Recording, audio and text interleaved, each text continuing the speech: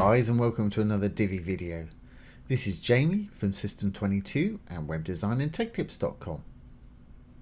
Well, we had a great question. Somebody was asking how to make a full width slider over a parallax image. It's really easy to do, no coding involved in this today. If I roll this slider up and down, you'll see it changing there, but it's got a little parallax image behind it that remains the same.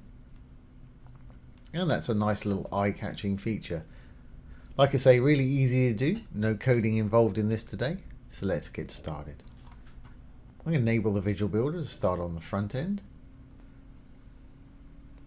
Now let's go down and we'll delete this section here and start again. I'm going to go down, little blue button to add a new section. I'm actually going to use a full width section for this today, as they wanted a full width slider. And right down at the bottom you'll see full width slider. Now you may notice this is slightly different from a regular section. You've got a limited set of modules for a full width one, but this will work perfectly today for our needs. Okay, there's our first slide right there.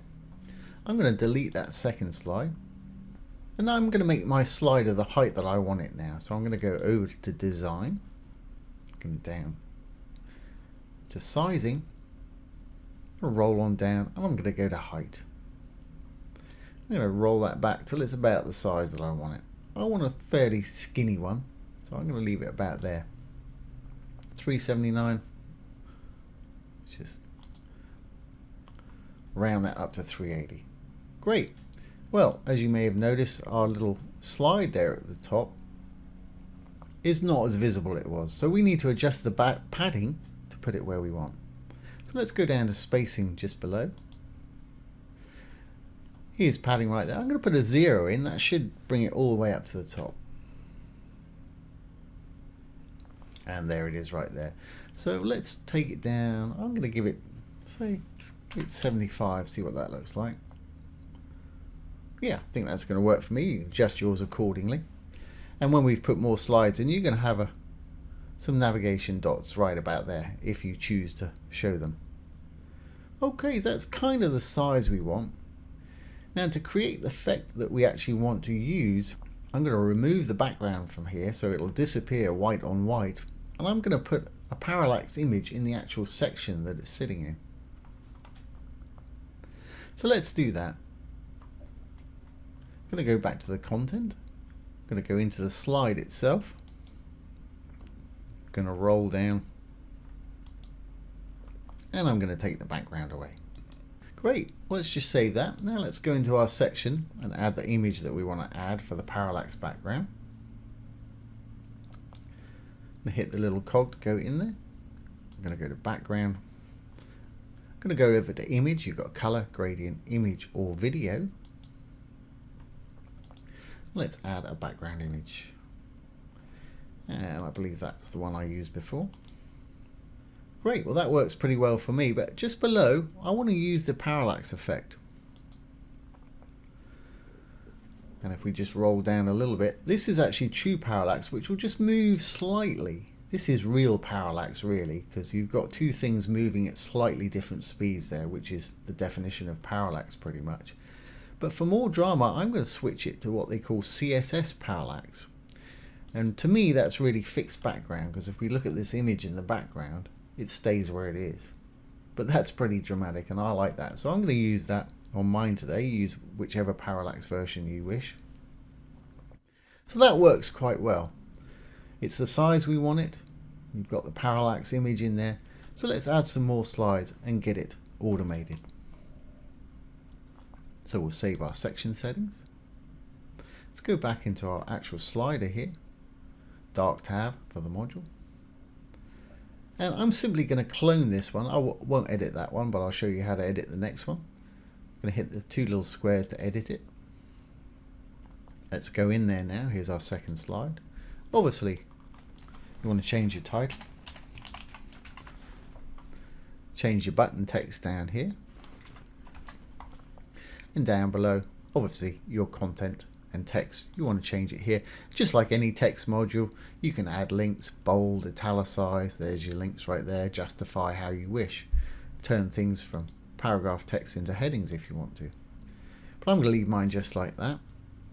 If you want to, you can add images and video here. I'm not going to because that looks quite clean to me, but if we look inside there, if you want to add an image, just hit the plus to add an image. If you want to add a little video, which usually will be on the left by default, I'll just pop one in just so you can see. I'm going to take it away though afterwards. Let's put these maybe way too big,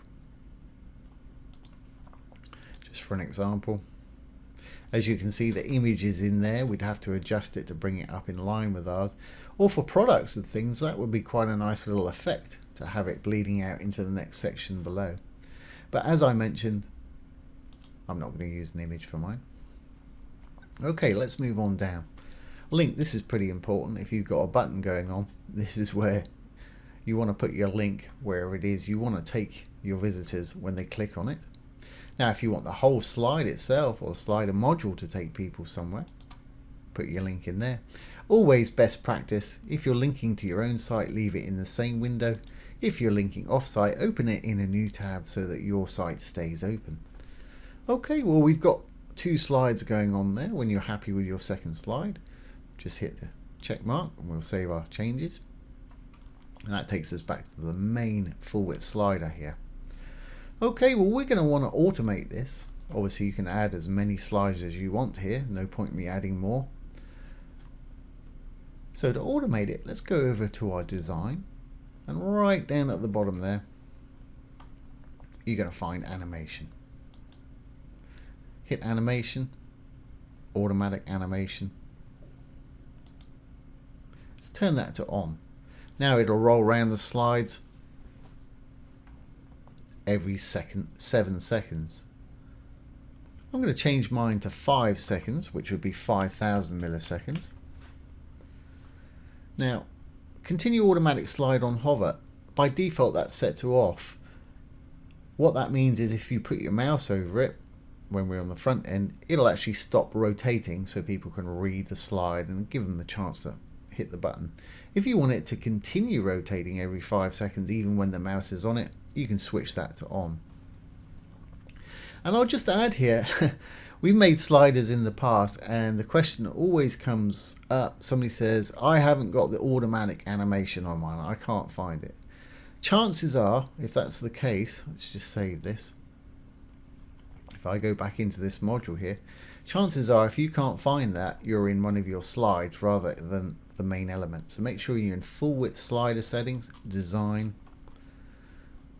down to animation, and there it is right there. If I go back to the content there, if you're still in one of your slides and you go to design, there's no animation or transform there, and that question comes up quite a lot. So just make sure you're in the main full width slider settings and you'll find that. Alright, we're pretty much good to go.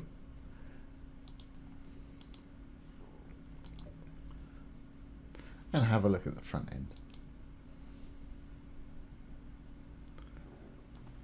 There's our little slider.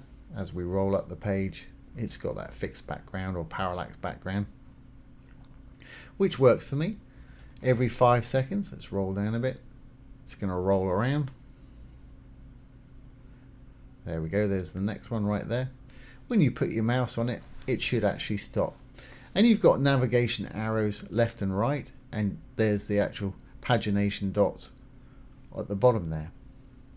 Now, one thing you might have trouble with if you've got an image that's pretty busy, this one's not too bad, but if we roll down where it's busy like that, some of the content can get lost in there. We can put an opaque background in one of our slides if you're having a trouble like that. That's really easy to do. So let's just demo that, and I'll show you. You can also change the design of your navigation labels as well. So let's enable this again. And let's roll on down. And we'll go back in there. We're actually going to go back into the slides. And I'm just on this first one. I think we're looking at the second one there. But on the first one, let's go in there. Go to the background. I'm going to put a black in. I'm going to left click on the field. Right hand slider here is opacity or transparency or see-throughness. I'm going to take that down so we can read our writing well but see some of the image behind. Let's get it down to a real busy section. Take that up a bit. That's better. You can see everything there. Let's roll up the page now. I'll graze it out a little bit. But that's absolutely fine. If you're having trouble reading your content, that's what you can do. Just simply put an opaque background in whichever slide you're having trouble with. Now, if you decide you need all of your slides, you can do it to the first one, save your changes, go back up, and you can right click on the one that you just changed, extend item styles. This section, I want to extend those styles to everything on this section. And there we should have that dark background on both slides now. Now obviously for both slides there's not much time saving, but if you had 7 or 8 slides, that would be a real time saver. And the only other thing, I mentioned the pagination and the actual arrows here. Well, that's elements. We're in the main setting here. Let's have a look at the elements. You can decide to show arrows. There they are. And show controls, the little pagination dots there. Turn them off if you don't want them. And if you want to restyle them to your own colors, simply go over to design. Here's navigation. Here's arrow color. Let's change that to a crazy blue or something. As you can see, those have changed to blue. And we can do the same for the dots. As you can see, we've got a bright blue and a dark blue. Bright blue representing the one that we're actually on. So that's pretty much it really. I hope that's answered all your questions. Really easy to do, and these full width sliders, well, the slider element itself, are a great feature of the Divi theme. So let's save our changes here. Exit the visual builder.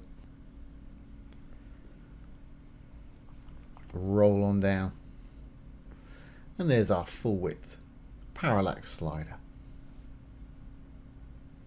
So I hope you've enjoyed this today and found it useful.